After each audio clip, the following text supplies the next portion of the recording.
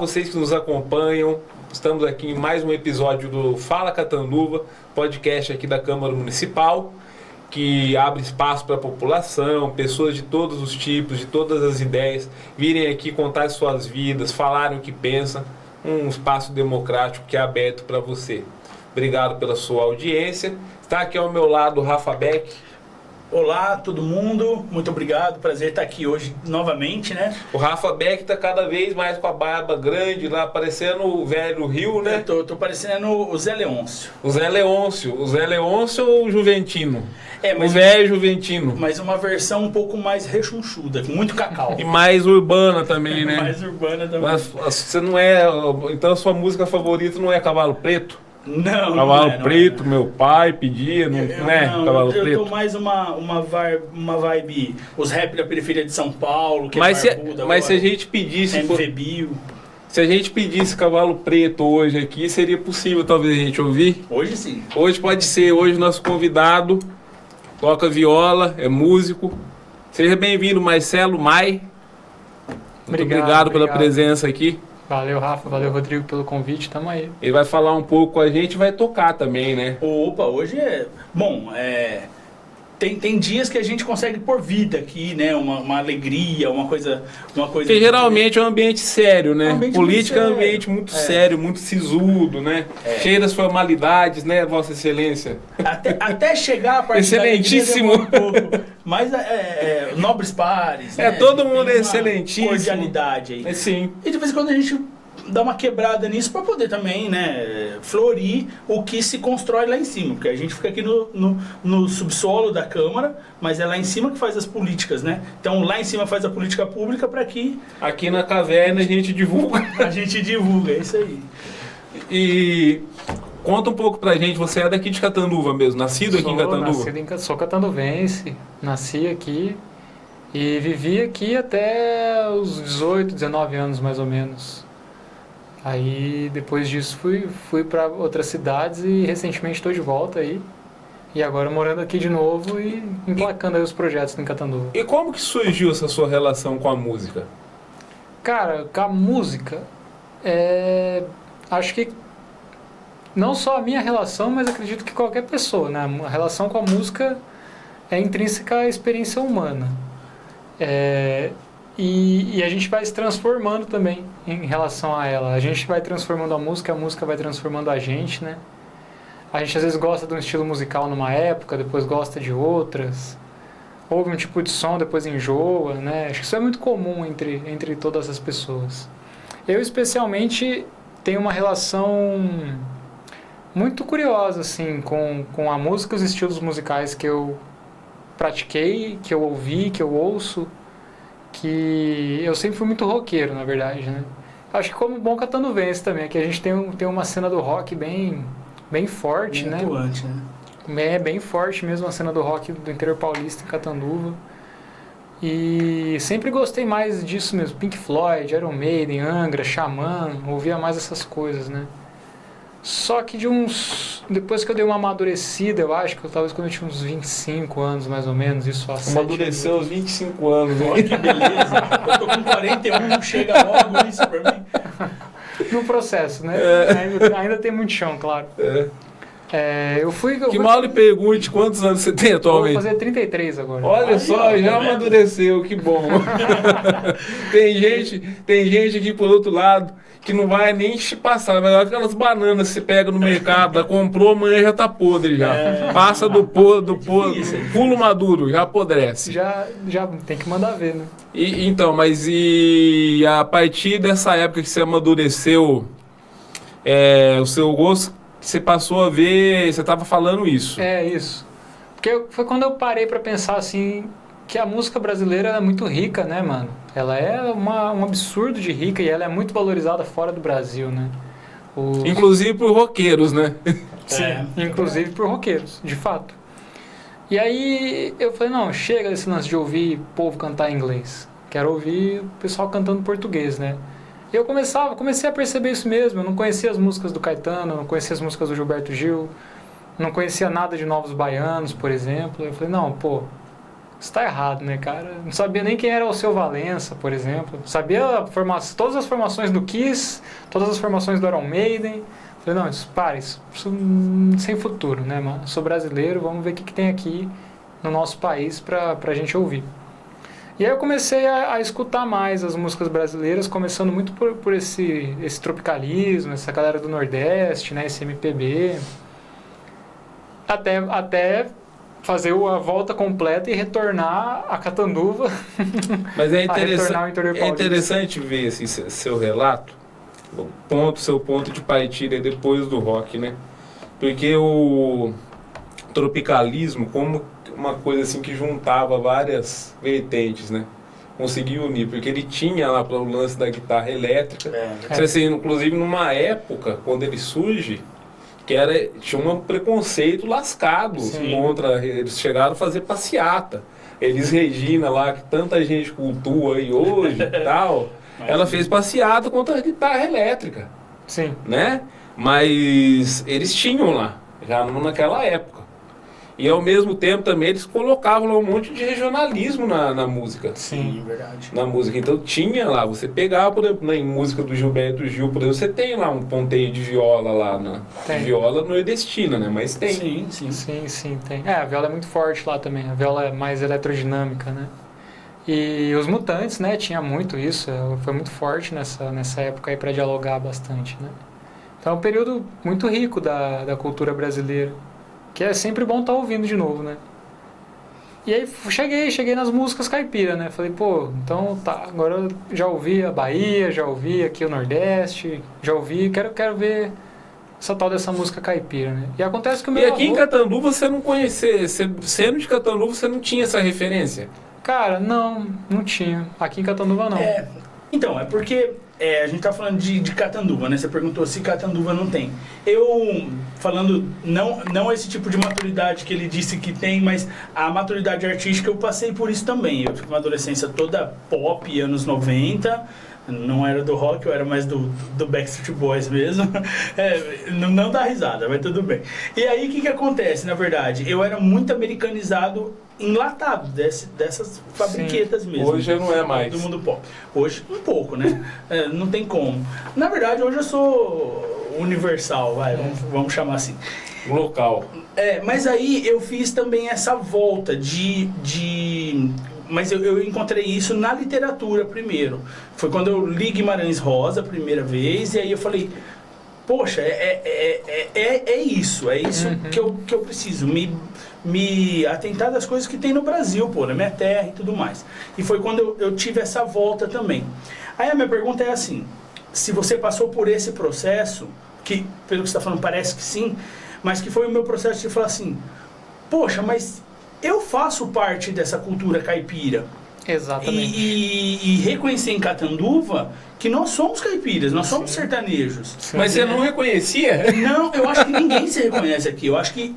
eu vou falar porque eu não sou daqui, né? Eu sou de Iacanga, uma cidade pequena, e cidade pequena você já é taxado.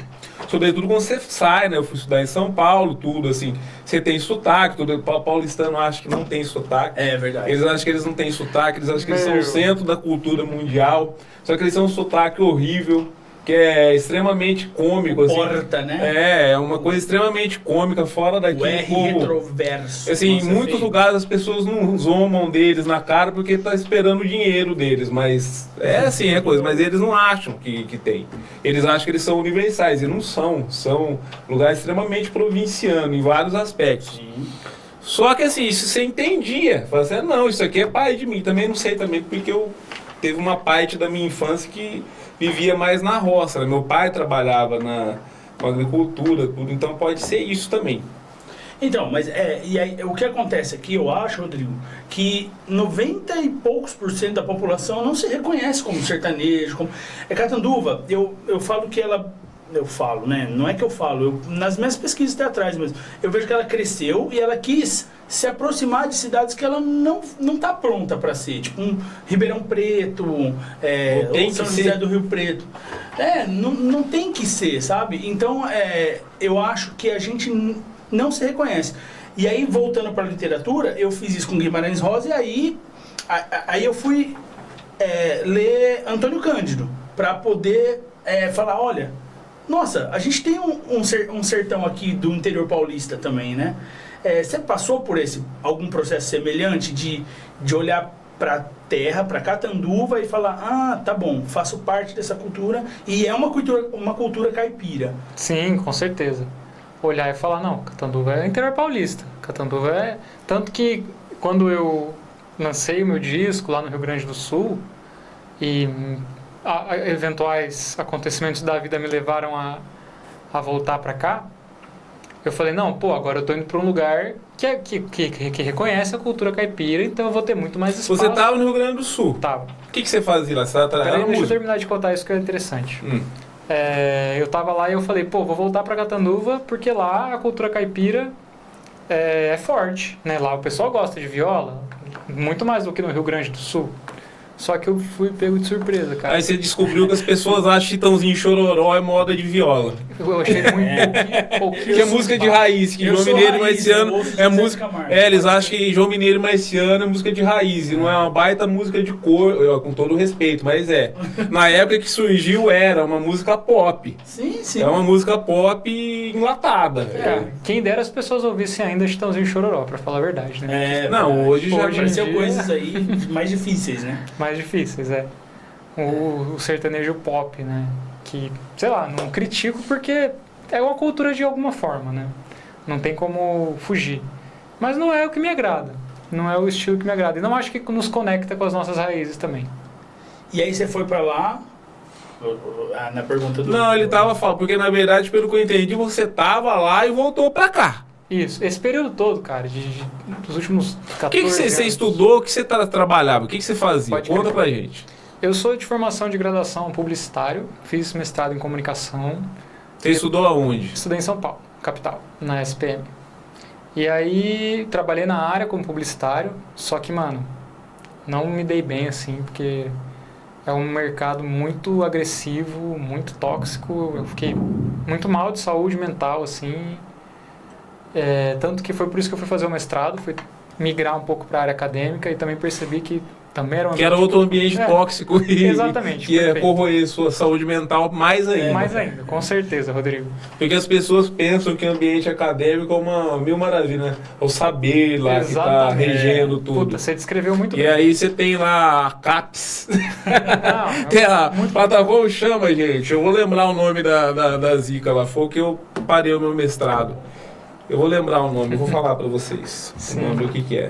Aí eu migrei de área e me formei terapeuta. Qualis, desculpa, Qualis, é o Qualis, tudo é pelo Qualis, quanto que a CAPES vai te mandar aí dinheiro, poderzinho de departamento. Você fez qual daí curso? Aí eu me formei terapeuta, né? Eu migrei de área e hoje eu sou terapeuta, mas ainda trabalho com publicidade para a empresa da minha família, que é daqui de Catanduva. Então eu decidi isso também para minha vida, que era... Não vou trabalhar mais numa grande agência, não vou trabalhar mais para outros clientes, mas para a empresa da minha família eu faço parte e faço esse trabalho aqui. Mas eu sou bem realizado como terapeuta. Como terapeuta é um trabalho que eu gosto muito de fazer, assim. E a música também, né? A música você já é autodidata? Como que foi? Eu fiz aula aqui em Catanduva, com o Nelsinho Costa, lá no Sons e Sentidos. Baita professor, baita pessoa. Fiz aula com ele... Violão? Fiz aula de violão e guitarra com ele, na adolescência. E aí depois foi só a viola, né? Como ela é um instrumento diferente, né? Mas como você já tem a técnica dos dedos, pelo menos, né? Já tá aprendeu a tocar de ouvido. E foi vendo vídeo mesmo, testando.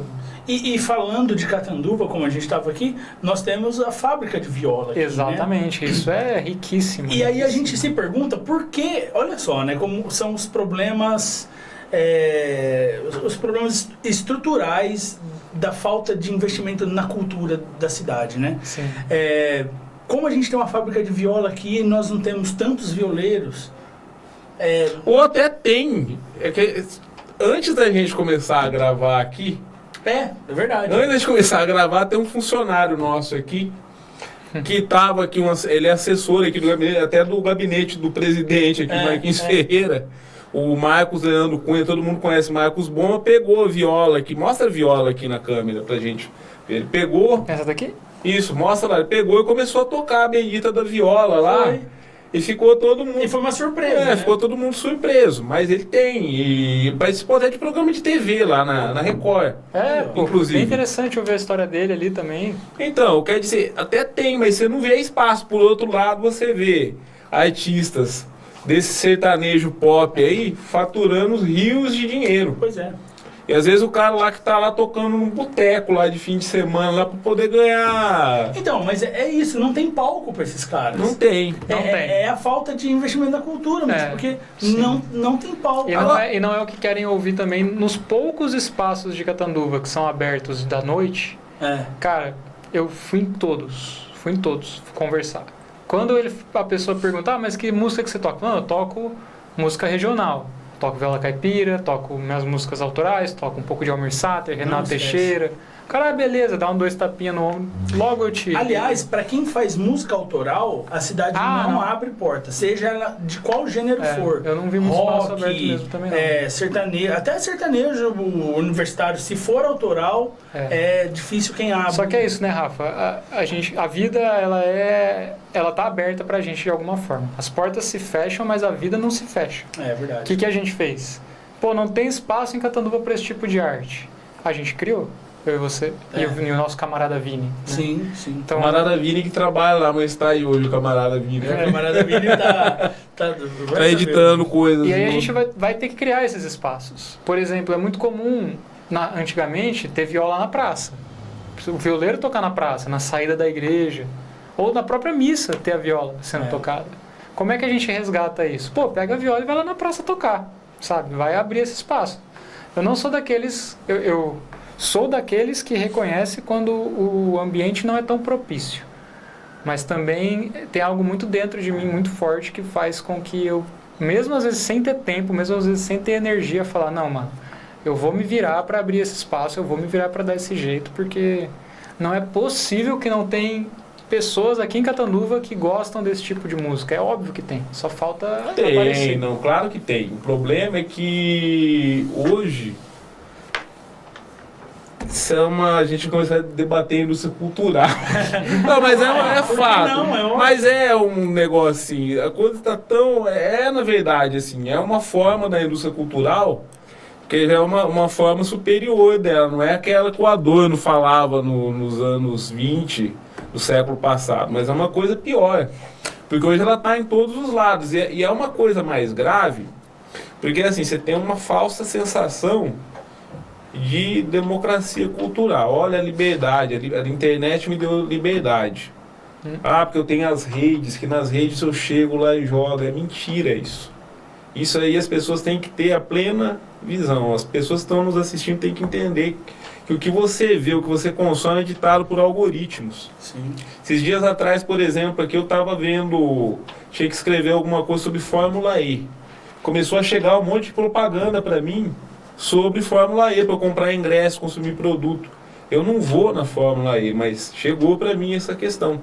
E é assim também, você acha só que tem uma democracia tremenda para eu escolher a música. Não tem.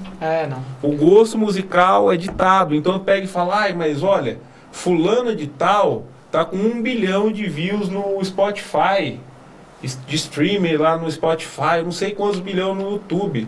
Isso aí não quer dizer nada, gente. Isso aí é o que eles querem que as pessoas vejam. A Galinha Pintadinha tem vídeo lá também. Sim. De 4 bilhões de visualizações. Mas ainda a Galinha Pintadinha eu respeito, porque fora ser uma música popular lá que ela está resgatando, o público dela é o público mais difícil. Ele não fica fingindo que está gostando. Ou gosta ou não gosta. É um bebê chorando. Se ele não gostar, ele chora. Eu sou muito grato à Galinha Pintadinha. Pelo eu também. Então... Mas é esse fato. Parece assim, então assim, é o jeito, as pessoas vão se vestir do mesmo jeito. As cidades têm essas coisas. Quando eu era jovem, namorava em Bauru, por exemplo, tinha um cara lá que ele tinha uma balada. A balada dele tava bombando. De repente ele fechava. Passava uns meses fechado, ele reabria com outro nome. Todo mundo ia no outro, para parar de ir, porque ele tinha já esse esquema. Ele fazia 30 anos que ele era dono da balada da cidade. Genial! 30 anos ele abrindo e fechando. Porque o povo ia enjoar e ele vendia o ponto, parecia o lugar mais maravilhoso. Abria-se outra coisa lá, não ia. Porque todo mundo quer ir no mesmo lugar, fazer a mesma coisa, comer a mesma coisa, beber a mesma coisa. Catanduva mesmo tem uma cultura de bar. Bar. Não tem cultura de ir ao teatro, não tem cultura de ir ao cinema, não tem cultura de frequentar a biblioteca. Não, é cultura de bar. As pessoas aqui saem para comer e beber. Mas eu já vi em boteco de bar. Você acha que isso é da população ou é da cidade que não oferece? Porque se a cidade oferecer, será que a população vai? Será que vai ter esse jogo de ovo ou galinha? Eu acho que é formação de público, né? Sim, é ligado à formação de público. Mas é que eu acho que começa tão antes isso, né? Por exemplo, eu tinha uma ideia de criar ali no quilômetro 7 um centro de cultura caipira. Pra fazer essa consciência da galera. Tem uma escola parada ali. Falei, olha, dá aula dá aula ali de viola, de sanfona, enfim, de catira. Essa é a escola que ia ser um centro do idoso lá feito com verba da educação? E não foi feito nada, né? E aí, e ali tem a missa. Por que não se monta uma orquestra caipira? E, enfim. Isso aí atrairia turista. Tem uma cidade no Rio lá, como é que chama? Que fica um povo cantando lá no meio da cidade. Lá é uma cidade famosa. Petrópolis? Não, uma cidade, ela tem o nome dela faz menção a esse tipo de coisa. Esqueci o nome, gente. É uma cidade, mas é perto dessa região aí. Então, pois é, e aí se fala tanto de... Deixa eu procurar aqui, eu falei mal, agora eu vou recorrer a ele. E se fala tanto de turismo, e eu apresentei esse projeto já pra tanta gente, mas ninguém tá muito aí. Aí deram uma copiada nessa festa do porco aí que fizeram, pegaram um elementinho. Teve um dia que veio um cantor lá que é mais raiz. Mas a festa do porco, ela é um final de semana, né? Sim. Durante uma vez por ano. Isso tem que ser uma coisa recorrente, porque é formação de público. Perfeito. Isso é formação de público, né? Como a gente fez lá com o Sarau. O Sarau, se a gente fez hoje, a gente fizer daqui um ano, ele vai dar gente daqui um ano, mas ele não vai formar um público. De fato. Né? Então, você vê, lá enquanto o Sarau estava acontecendo, tinha gente passando, viu o portão aberto e entrou. E foi lá e se manifestou, né? Enfim. Então, assim, claro que tem público, mas a gente não pode pensar cultura só para quem já é público, né? Sim. Eu acho que esse é o erro dos governantes. Eles pensam cultura para quem já é público. Na verdade, eles continuam reproduzindo o que já está colocado pela indústria. Eles não colocam, por exemplo, assim, valorizar uma coisa assim que é da raiz da coisa. Não, é mais fácil trazer o não sei o que lá, algum cantor aí com nome, sobrenome. Agora aí, né? É o que vai acontecer agora aí. Eu vi o projeto aí. Não sei se eu posso falar, mas eu vou falar. Fala. Canta Catanduva. Aqui é Fala Catanduva. Aqui é Fala Catanduva. Canta e encanta. Não, lá não é Canta Catanduva, é Canta de Fora. Exatamente. Canta de fora. Catanduva canta e encanta. Eu comecei a ver o vídeo e falei, pô, que da hora, vai ter algum projeto aí, os músicos de Catanduva vão cantar aqui, não sei o que. Aí eu fui ver os anúncios, grandes músicos globais de fora. Eu falei, pô, mas Catanduva canta e canta onde? A Catanduva ouve. São mais de 1 milhão em shows. Conservatória se chama a cidade. É uma cidade que tem lá no Rio de Janeiro, cidade da Seresta. Que legal. Que fica lá um pessoal lá fazendo seresta na rua. Eles usam aquelas roupinhas lá do século passado, lá da primeira metade, chapéuzinho, gravata e tudo assim, mas é um lugar que as pessoas vão pra ver. Não, mas eu vou falar sério, gente. Você acha assim, uma pessoa tá lá em São Paulo. Em São Paulo, qualquer lugar que você vai lá, você vai ter. Tocando Luan Santana, quem que mais fala Luan Santana? Sei lá, vocês conhecem melhor que eu. Você conhece aí, essas pessoas que vocês conhecem, ou Simara e Simaria, qualquer dessas pessoas, Zé Neto e Zé Filho, qualquer dessas pessoas aí você vai ter tocando. Então, por que uma pessoa sairia lá de onde ela mora para gastar o dinheiro dela aqui como turista, não como falando de turismo. Igual, por exemplo, essas festas que tem aí, o tipo de gente que elas movimentam não é turismo. Sim. É uma coisa que a pessoa vem, fica lá, enche a cara e volta para ir embora. Mas o pessoal da região que vem e volta para Isso, casa, mas não é um turismo, não é uma coisa que atrai, por exemplo, diferente lá da festa de Barretos, turismo, que é outra lógica. O turismo se configura quando a pessoa pernoita. Vai pernoitar. Então, se pegar uma festa de Barretos, é outra lógica. É outra lógica. Mas só que assim, pra que a pessoa vai vir aqui se já existe lá? Exatamente. Mas aí é que tá. Então, assim, o que você pode fazer de diferente? Você tem. Então, essa é uma coisa que traria, porque principalmente que as pessoas não entendem que a gente está no caminho do folclore. Porque Olímpia, folclore, os parques, quantas pessoas saem... Eu fiz esse estudo lá em Tem lá em Catiguá. junho, uma semana forte lá. Gigantesco. Em agosto, na semana do dia 20 ali, de 18 a 23 de agosto. Porque Eu cheguei aí nesse festival aí, na abertura dele, é um negócio... Não, é um negócio grande. E tem tudo para agora, com aeroporto internacional, que vão fazer lá e tal. Tem tudo para ficar maior ainda. Sei lá, se Deus quiser um dia virar um Parintins da vida. E vira. Mas aí a gente está aqui no caminho, as pessoas passam por Catanduva, passam por Catiguá, passam por Tabapuã e aí chegam em Olímpia. E essas cidades não aproveitam. As cidades não aproveitam essas pessoas que naturalmente passam os parques, passa aqui carro aqui pela Washington Luiz, tanto. E por que não parar, não fazer isso, por exemplo, esse meu projeto eu falei, faz de domingo, que é quando as pessoas estão indo embora e elas já estão passando por aqui para ir embora de Olímpia. E aí faz, que tinha lá ali no Sítio da Uva, né, ali depois do quilômetro 7, pode até estender ali do quilômetro 7, almoça nas porcadas e vai ao fim da tarde pro Sítio da Uva e de lá vai embora. Então, assim, eu acho que as pessoas... e aí é uma crítica às administrações, que não pensam muito isso. Eles querem fazer o show já para agradar agora. Será que não é a questão de, às vezes, enxergar a cultura como um palanque, não como uma política não, com pública? Certeza é. Não vê a cultura como um direito humano, não vê a cultura como algo transformador, não vê a cultura até pelo viés econômico. A gente estava falando de indústria cultural, só que, por exemplo, a cultura, ela gera... Você acha que na Europa... A pessoa vai na Europa ver o que lá? Você vai ver o que? Não tem beleza natural. Eu tava vendo outro dia lá um vídeo desses Reels aí. Uma praça na Bélgica. Essa praça foi eleita a mais bela do mundo, não sei que ano, lá em Bruxelas. Tem uma árvore na praça. Tem uma árvore. Aqui. Pior a Praça da República, depois de destruída, dá de 10-0 nela.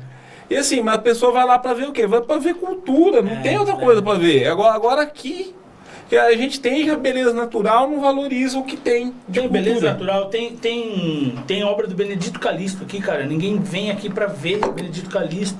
A cidade não consegue fazer um projeto de atrair estudantes de artes para vir estudar Benedito Calixto aqui. Não tem competência para fazer isso. É meio assustador isso, sabe? Sabe o que era bom a gente fazer? A gente tá se revoltando demais. Eu queria ver se o pessoal tava certo ou errado. Tava certo ou errado ao recusá-lo. Não vai ser. Eu quero ver. Eu queria ver. Pode tocar um pouco pra Beleza. gente. Não precisa ser cavalo preto, não. Pra gente acalmar os ânimos, né? Mas tá certa essa questão. Você vê, não valorizar enquanto ele tá arrumando aí. Que é uma coisa grande que tem, né? Não, a gente tem, por exemplo, essa viola, você sabe, eu já te falei, é uma viola xadrez. Uhum. A gente tem aqui, ainda tá viva a fábrica de viola xadrez, né? Hoje é a fábrica de um homem só, que é o Eduardo. É verdade. Que é o descendente do fundador, né? Parente do Vieira e Vieirinha também, filho do Zé da Viola. E, cara, no Rio Grande do Sul, os violeiros de lá conheciam a xadrez. Falei, minha viola é xadrez. O Valdir Verona, que é o maior violeiro do Rio Grande do Sul, conheci ele em Caxias do Sul. Falou, nossa, xadrez, deixa eu ver. Pegou, olhou, falou, nossa, falava-se muito dessa viola, não sei o quê. Lá em Caxias do Sul, cara. Mano, o Eduardo tá ali na Rua Brasil, só vai violeiro lá, não vai ninguém conhecer a história, ouvir isso. Ficou até uma dica pra gente aqui, daqui a um tempo aí, a gente pegar e trazer aqui. Putz, cara, traz ele. Ele vai ter muita história legal pra contar. Muita história legal pra contar. Agora, se servir só de consolo, também se falando Caxias do Sul, né? Festa da Uva. Eu tava acompanhando esses tempos atrás, eu acabo lendo muito jornal lá do Rio Grande do Sul pra acompanhar futebol, um negócio bastante do Internacional e do Grêmio.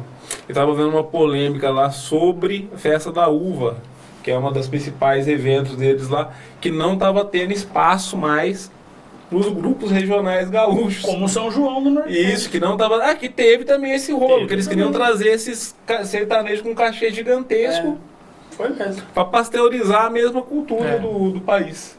E, inclusive, esses artistas depois não deixaram nem transmitir os shows deles em São João. Ou seja, além de tudo, tira... Sim. sabe? É Ô, tudo cara, errado.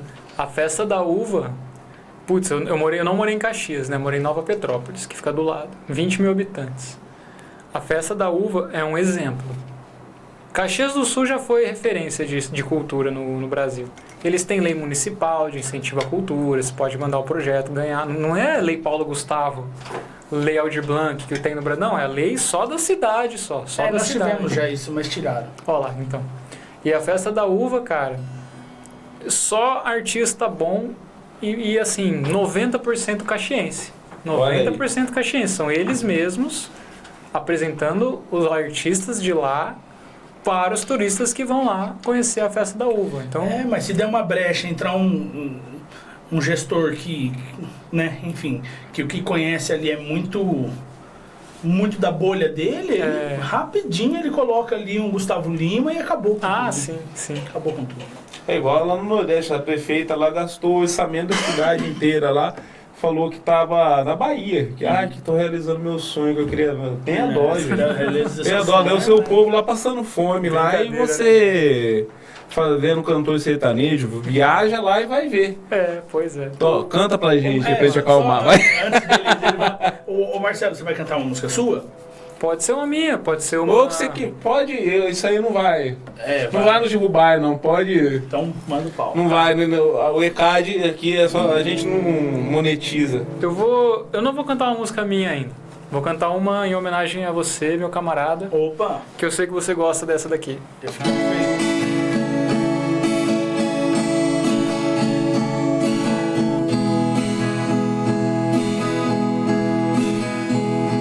Cheguei na beira do porto onde as ondas se espalham.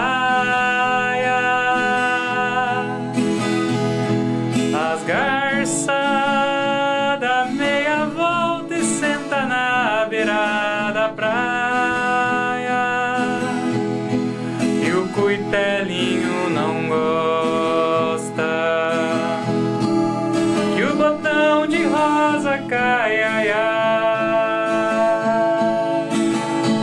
Ai, quando eu vim da minha terra despedida parentaia, eu entrei no Mato Grosso, dele em terras paraguaias. Lá tinha revolução.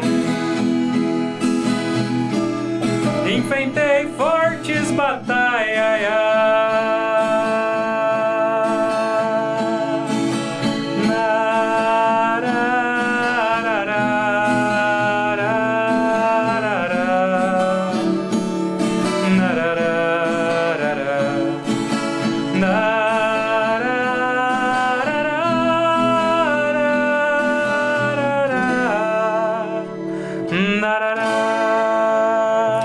Essa música aí, Cuitelinho, Cuitelinho. ela é... Quem fez essa versão dela é mais... Que ela é uma música da tradição, né? Tradicional. Não tem um autor específico. Paulo Vanzolini fez a versão que a gente mais conhece. E eu gosto muito de uma versão do Pena Branca e Chavantinho. Sim. Tornaram bastante famosa lá. Era os últimos grandes violeiros assim que teve no Brasil. Essa dupla é fenomenal. Essa música, por exemplo, foi Essa um ponto dupla de aí- virada pra mim. Essa dupla ela foi descoberta por Tonico Tinoco. Olha só.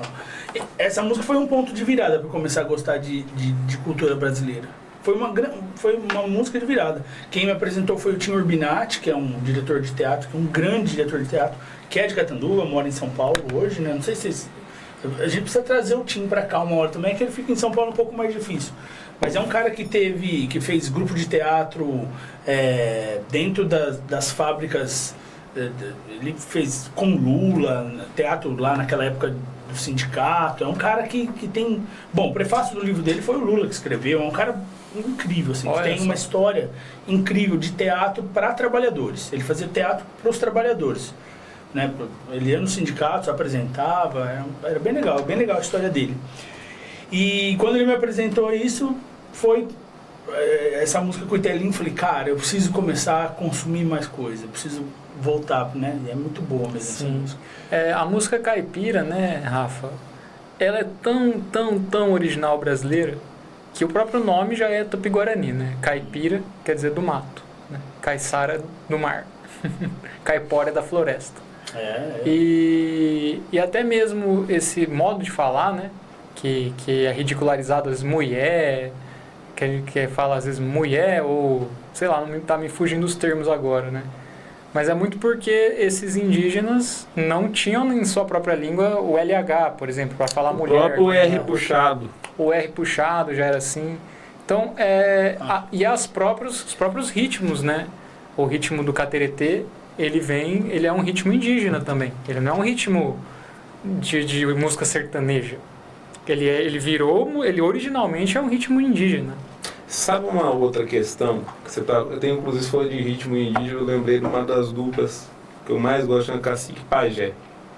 Cacique e Pajé, que eles são indígenas mesmo, lá de Rondonópolis, no Mato Grosso, lá e fazem, mas uma coisa que eu notava, por exemplo, falava assim, olha, porque não tem negro na música sertaneja. Hoje é verdade. Praticamente eu não me lembro, acho que o último que eu me lembro, assim, famoso era o João Paulo. Que morreu e não... Que morreu. Só que anteriormente a isso, na fase que era mais no ritmo caipira, vários dos principais poetas eram negros. Sim. Você tinha Tião Carreiro, Paidinho, João Mulato, Douradinho, Pena Branca e Chavantinho. Então hoje você já não tem essa... E eles incorporavam, eu achava também interessante isso. Se você pegava assim, um cantor assim, era negro, por exemplo, afrodescendente, o cara colocava já mais uma pegada mais para as raízes dele. Tião Carreiro, por exemplo, né? Colocava lá uma... Inclusive o ritmo dele lá que ficou famoso, o pagode, né? Agora, hoje é essa pasteurização. É verdade. E a nossa região aqui era rica, né? Em Itajubi, por exemplo, tem um palco lá que foi construído em homenagem a Liu e Léo. Que Liu e Léo era dali. Aqui em Catanduva você tinha um assim que foi um dos únicos que defenderam música caipira, o Moraí. Verdade. O Moraí daqui ele fazia. Tinha algumas coisas que eram pegada romântica lá, mas nunca fugiu desse negócio da música caipira. E ele começou a fazer assim, era coisa dos anos 80, não era coisa do 1940, anos 80 ele estava fazendo esse ritmo aí. E você vê, era um cara que tinha espaço em rádio aqui. Sim. Como que programa, né? Ele tinha programa, como que regrediu, né?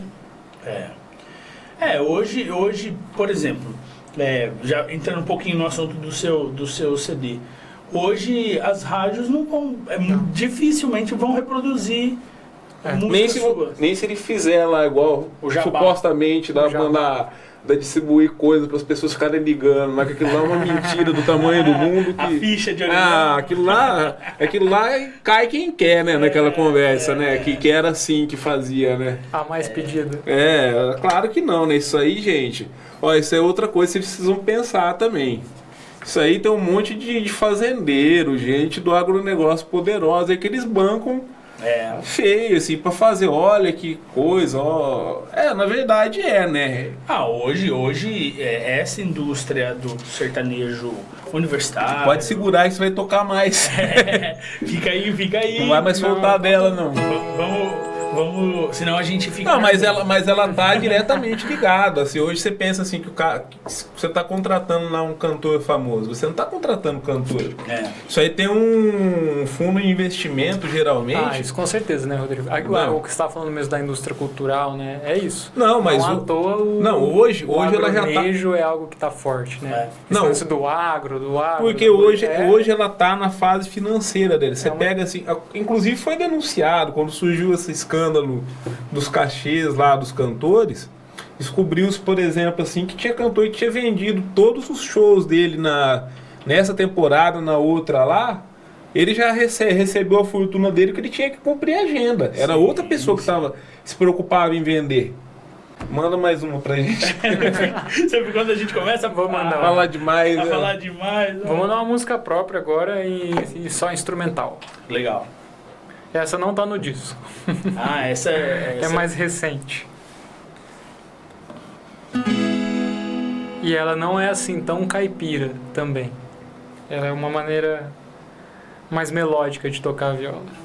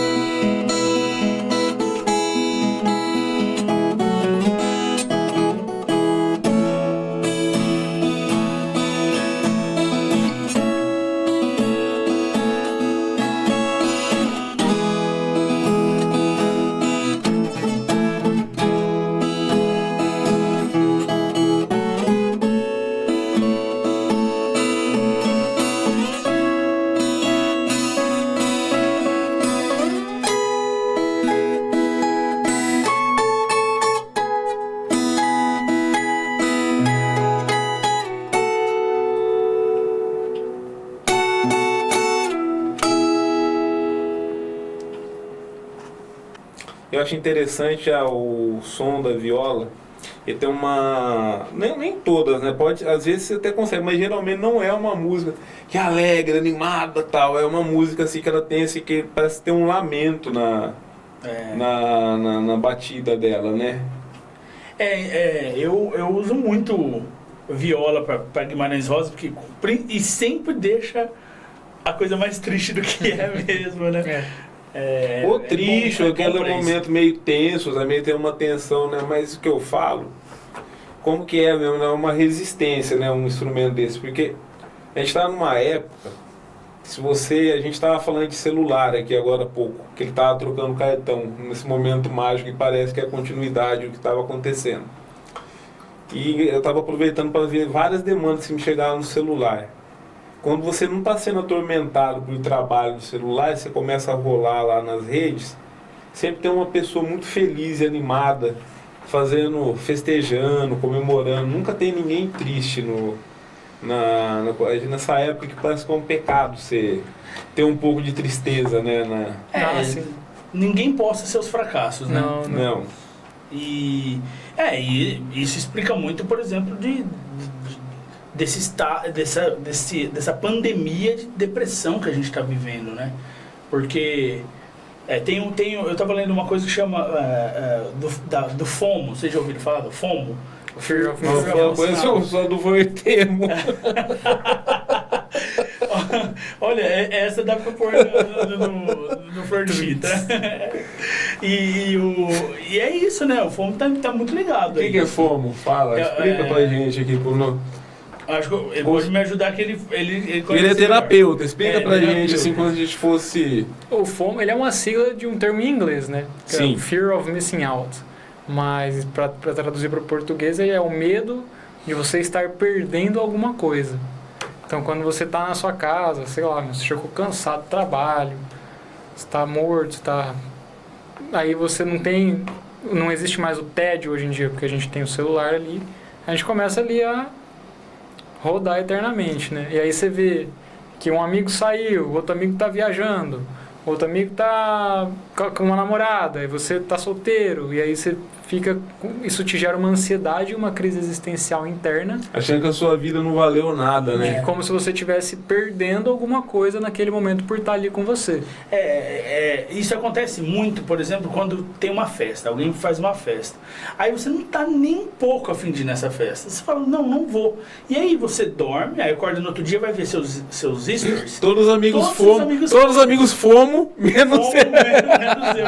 E aí, cara, você te dá uma bad, fala, eu não faço parte disso, eu não fiz parte. E às vezes a festa foi uma merda, pegou uma fila pra entrar, a bebida tava gelada, só que os stories que você viu foi das pessoas... Não, a bebida gelada é bom. Estaria quente. A quente. bebida tá quente. E a galera não se divertiu, só que naqueles stories, naqueles 15 segundos, parecia que era a melhor festa do mundo, né? Ô Marcelo, a gente vai começar a fazer a curva para o final do programa, né? Eu queria que você falasse um pouco também, já que a gente falou, né, dessa parte, de uma das suas partes, que a gente focou muito na cultura, mas você é terapeuta também. Mas eu queria que você falasse um pouco do seu podcast que você tem também. Ah, legal. Que isso foi uma descoberta muito boa. O Vini me falou algo, você me emprestou um livro, inclusive eu terminei já, só que eu esqueci de Olha, trazer. não se empresta livro. Não, me ajudou muito, cara. Valeu umas 5 sessões de terapia, pelo menos. E aí, o livro é ótimo. É A Alegria de Dizer Não. Baita livro. Você me emprestou esse livro e aí eu descobri que você tinha um podcast também. Queria que você falasse um pouquinho desse podcast, porque eu fui lá ouvir, tem conteúdos muito legais, muito interessantes. Pô, da hora, Rafa. Esse é um podcast que ele surgiu na pandemia, né? Pandemia, eu fiquei muito ocioso, né? Como muitas pessoas. Porque eu tinha junto com a minha companheira um espaço terapêutico em São Paulo de aberto com encontros, né? E aí eu falei, pô, pandemia, como eu vou ocupar meu tempo, né? E eu criei esse podcast, né? Ele não tem imagem, ele não é gravado de vídeo, né? Ele só tem áudio e ele chama podcast Samadhi, S-A-M-A-D-H-I. E até hoje tem acho que uns 15 episódios, porque eu também não tenho ele como um projeto financeiro, não é algo que eu quero assim, nossa, quero viver disso, então eu vou postar toda semana, eu vou divulgar, nem tem Instagram, nunca botei R$1 ali de anúncio patrocinado, mas ele funciona basicamente com conversas com pessoas da área terapêutica ou a área cultural também, depois que eu fui me envolvendo mais com a área cultural também, estou trazendo um pouco mais disso e descobrindo o quanto que a cultura é terapêutica também, o quanto a arte é terapêutica. Então ali vão ter, se você tiver interesse, né, em saber, vão ter conversas com pessoas da área. Então a pessoa é consteladora familiar, então converso com ela, o que é a constelação familiar, como é que funciona, não sei o quê. Arte terapia, tem lá sobre Ayurveda também, tem sobre música e espiritualidade, o que isso tem a ver. Esse mês eu estou para gravar um episódio sobre uma linha terapêutica que chama esquizoanálise também.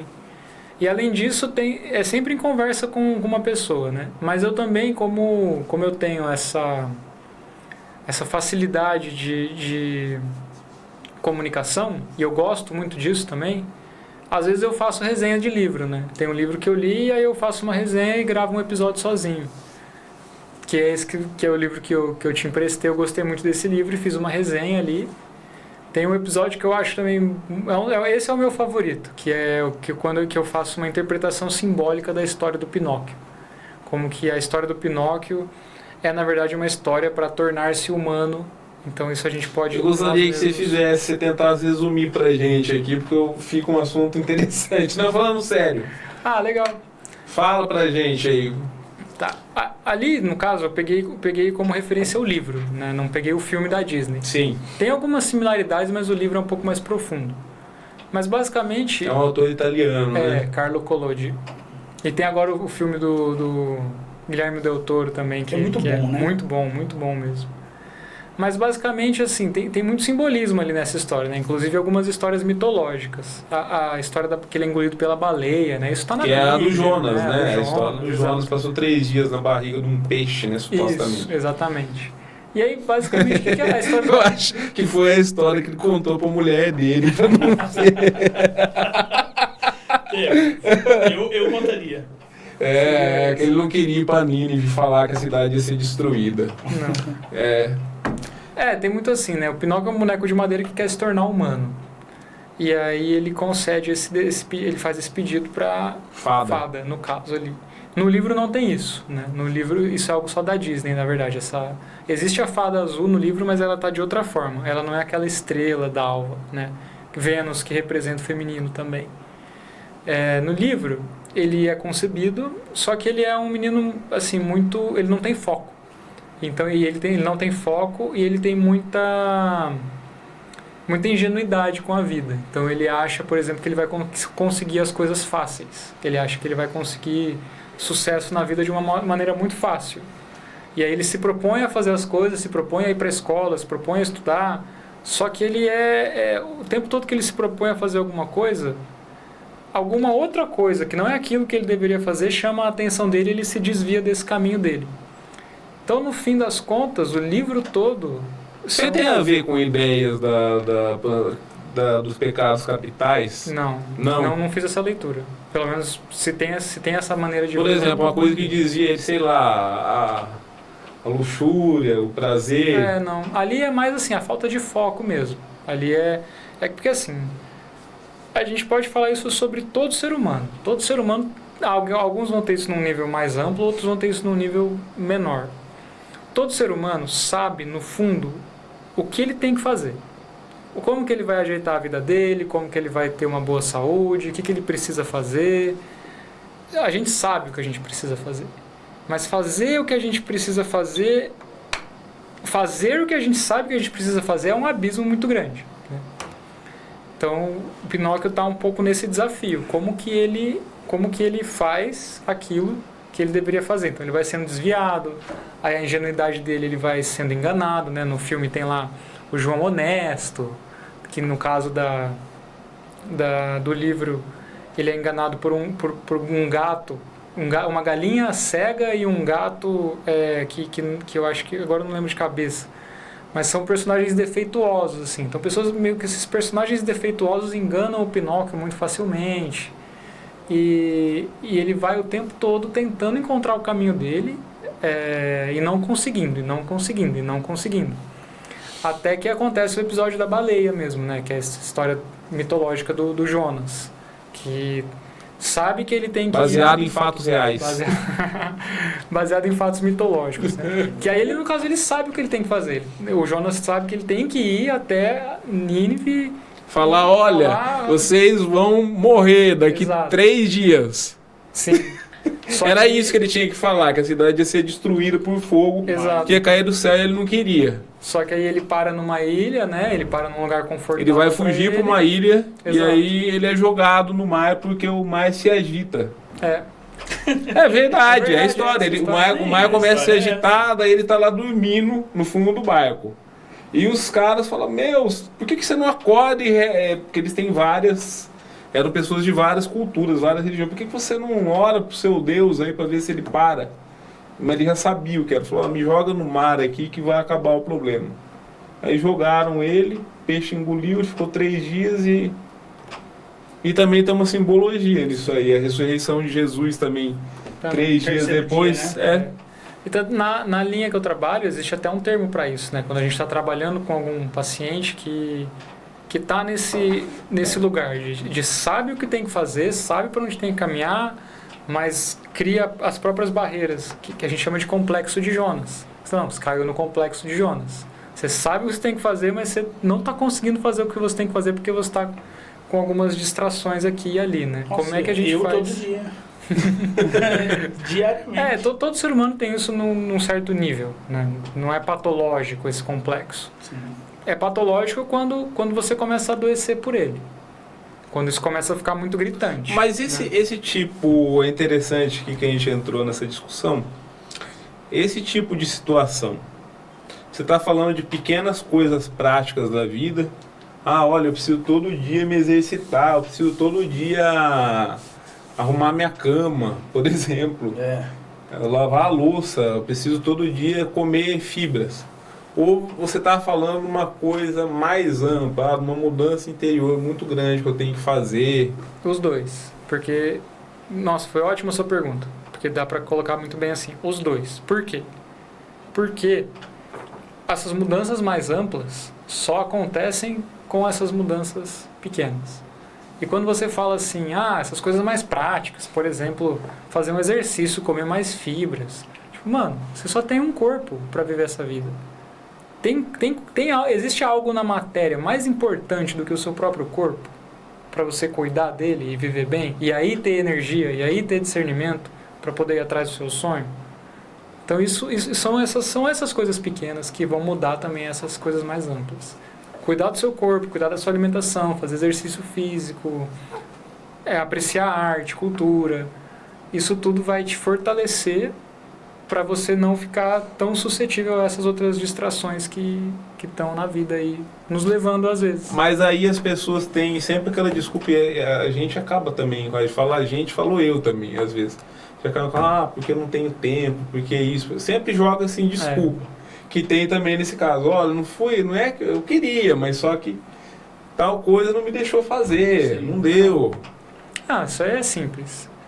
Tempo é uma questão de prioridade. Ninguém tem falta de tempo. A pessoa tem falta de prioridade. Ok, vamos falar de uma pessoa que, cara, trabalha em São Paulo, ganha um salário mínimo e fica 3 horas para vir, 3 horas para voltar. Ela dá para dizer que ela tem falta de tempo? Não. O que dá para dizer que a prioridade dela em sobreviver é tão grande, tão urgente, que aí ela não consegue realmente fazer essas outras coisas. Mas não é que ela não tem tempo. Ela precisa usar o tempo dela para essa prioridade muito grande, que na situação dela... Ela não tem a falta escolha, né, nesse caso. Falta escolha. Sim. Falta escolha. Mas esse exemplo, ele é um pouco o exemplo exagerado, né? A gente fala de uma realmente... Não que são poucas pessoas que são assim, pelo contrário, né? A gente são sabe milhões, que a maioria é esse contexto, mas ele é um exemplo exagerado, né? Ele é um exemplo exagerado. Apesar de serem muitas pessoas que têm esse contexto, também tem muitas outras que não têm esse contexto, né? Então, lamentando também que não tem tempo. Então, lamentando que não tem tempo, exatamente. Tempo é uma questão de prioridade. E aí gosto muito de Senhor dos Anéis, né? Dá pra usar aquela frase que o Gandalf fala pro Frodo, que é fenomenal, que eu tenho essa frase na minha mente, todos os dias eu lembro dela. Que a vida, que tudo que a gente tem que fazer na vida é decidir o que fazer com o tempo que nos foi dado. A gente não tem que fazer mais nada na vida, a não ser escolher o que a gente faz com esse tempo que foi dado pra gente, que tem fim. Não é infinito. A gente vive a ilusão de que a gente vai viver para sempre, ou que a gente vai viver muito tempo. Mas ninguém garante isso. Você falou do Senhor dos Anéis, eu gosto... sou apaixonado do Senhor dos Anéis também. E eu uso uma frase do Gandalf para muitas coisas. Por exemplo... A melhor frase que é: um homem sábio nunca se atrasa. Ele chega na hora que ele tem que chegar. Essa é ótima. É a melhor desculpa que existe, cara. Melhor que eu tô chegando, né? Eu cheguei nessa hora, porque é essa hora que eu tinha que chegar. É maravilhoso. Muito bom, vou adotar também. Marcelo, e pra gente finalizar, queria que você falasse um pouco do seu álbum, né? Onde que você gravou, quem que fez tem uma bela ilustração aqui, né? Pro pessoal conhecer e onde que as pessoas podem encontrar ele. Legal, Rafa, massa. Foi legal esse podcast porque geralmente os que eu fui, eu sempre fico falando muito do disco, né? O disco foi assim, o disco foi assado, hoje a gente foi muito mais ampla a conversa, né? Bom, o disco O Sonho de Mato, né? Foi lançado no ano passado e são 10 músicas, as 10 composições próprias. tem como base a música brasileira, né? A música regional. Não é um álbum, eu não falo que é um álbum de música caipira, porque isso não é. A pessoa não vai encontrar ali uma música caipira. Mas vai encontrar uma música, assim, que fala da natureza, que valoriza a natureza, que é uma música reflexiva, que questiona, às vezes, o avanço das cidades, né? E o que a gente está perdendo em relação à biodiversidade. E ele foi gravado no Rio Grande do Sul mesmo, né? Estive lá na produtora Insp Music.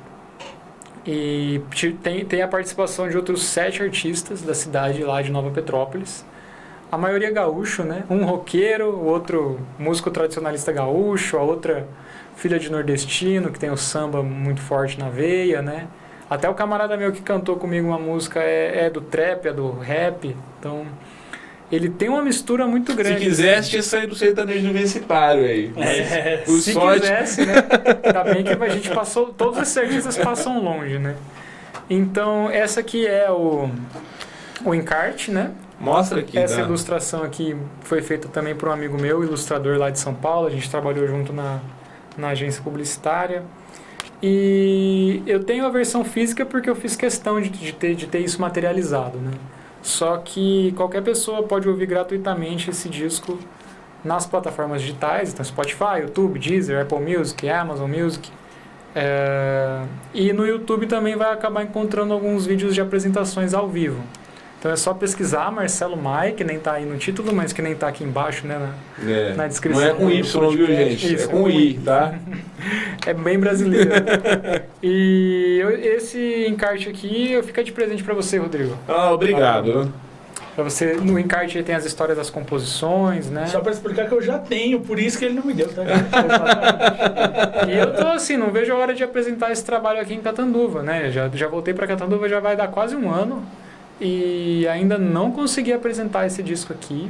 O Rafa está me ajudando, né, a encontrar um espaço no Sesc ali.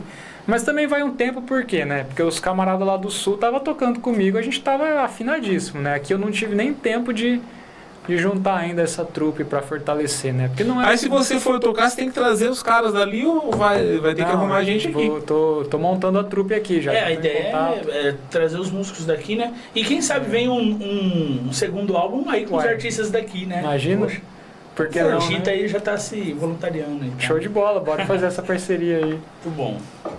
Vamos encaminhar então pro fim, né? Olha só, a gente começou falando, achei que a gente ia ficar falando de música aqui, ia tocar um monte de música. Falando tudo, tocou cara. 2 vezes, a gente ficou falando até fazendo análise do livro do Pinóquio, falando de questões aí da saúde mental, que eu acho que é muito importante falar.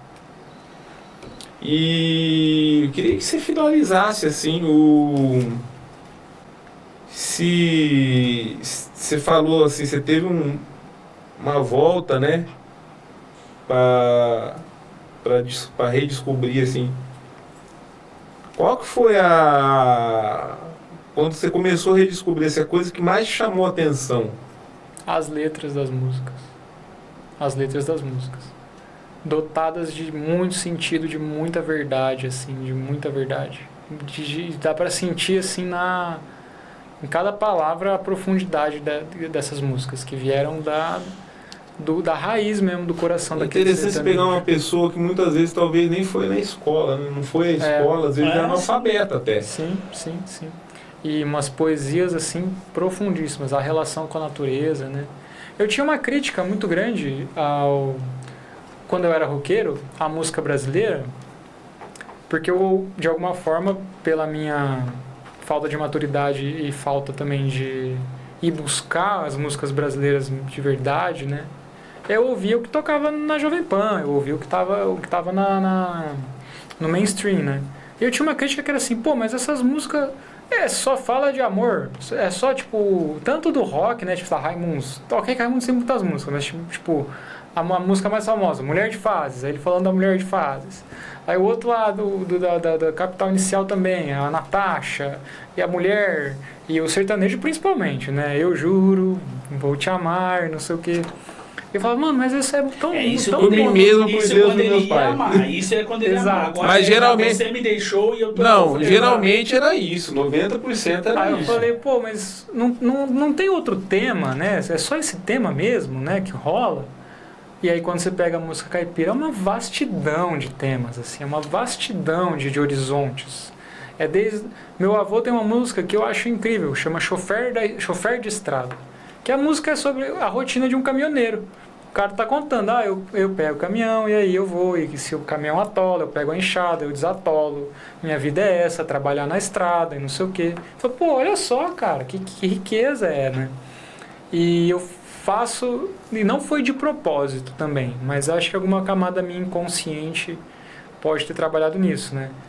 Mas o meu disco não tem música. Tem uma música de amor, que é a música que eu fiz pra minha companheira. O resto não tem isso, não tem essa temática. Ou são outros temas, né? São outros temas.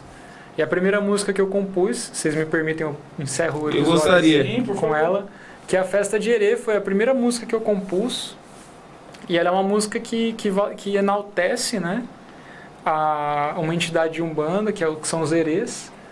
Mas não é um enaltecimento direto a um herê. Então eu não considero que uma música é um ponto de Umbanda ou uma música religiosa. Mas ela enaltece a criança, enaltece o brincar, enaltece a brincadeira, né? Então essa é a grande festa de Herê, que foi a minha primeira composição, né? Então, se eu Afinal, puder, eu tenho falado muito que arte é festa, né? arte é festa. Eu tenho falado, eu nossa. Quem sou eu, pelo amor de É. Deus, né? E é uma das minhas favoritas aí do álbum. Legal.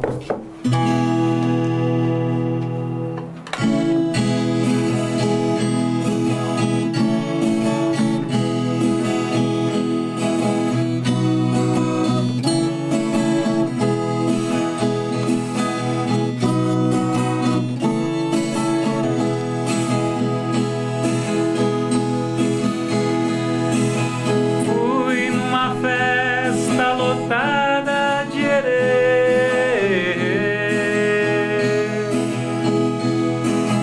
Fui numa festa lotada de herê. Fui fazer o quê? Fui fazer o quê? Fui pintar uma aquarela, já que a lua tava bela desde o anoitecer. Eu fui convidar Maria pra brincar de amarelinha até o dia amanhecer. Fui na feira, fui na praça, fui sorrir com a palhaça, ficar longe da TV. Soltar pipa, pega-pega e subir na amendoeira para não querer descer. Fui numa festa lotada de herê. Fui fazer o quê? Fui fazer o quê? Fui na casa da minha tia, fui brincar com a minha prima, você tem que conhecer. Banho de caixa d'água, abundância rabanada e torrada com patê. Fui brincar de ser criança, não perder a esperança, ver a vida acontecer. Que essa vida é passageira e não passa de brincadeira. É uma festa de herê.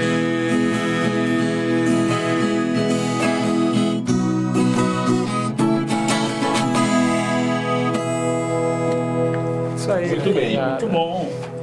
Muito obrigado. Então, a gente é que agradece sua presença aqui, obrigado, sucesso aí na sua caminhada, não só quanto músico, mas também aí como terapeuta. Enfim, obrigado, Rafa, também. Eu que agradeço. Hoje foi aquele trabalho que a gente faz muito feliz, porque é recheado de conteúdo, né? Que enquanto a gente vai fazendo aqui, o Fala Catanduva, eu acho muito legal esse podcast, porque você conhece tanta gente legal de Catanduva e vai aprofundando, e você vê como a cidade essa cidade tem muito potencial, né? E esse trabalho que a TV Câmara tem feito de mostrar essas potencialidades, acho que, sabe, me acrescenta muito enquanto pessoa, enquanto cidadão, e eu que agradeço por estar aqui. Esse aqui é o espaço, a gente pensou aqui para ter realmente essa possibilidade.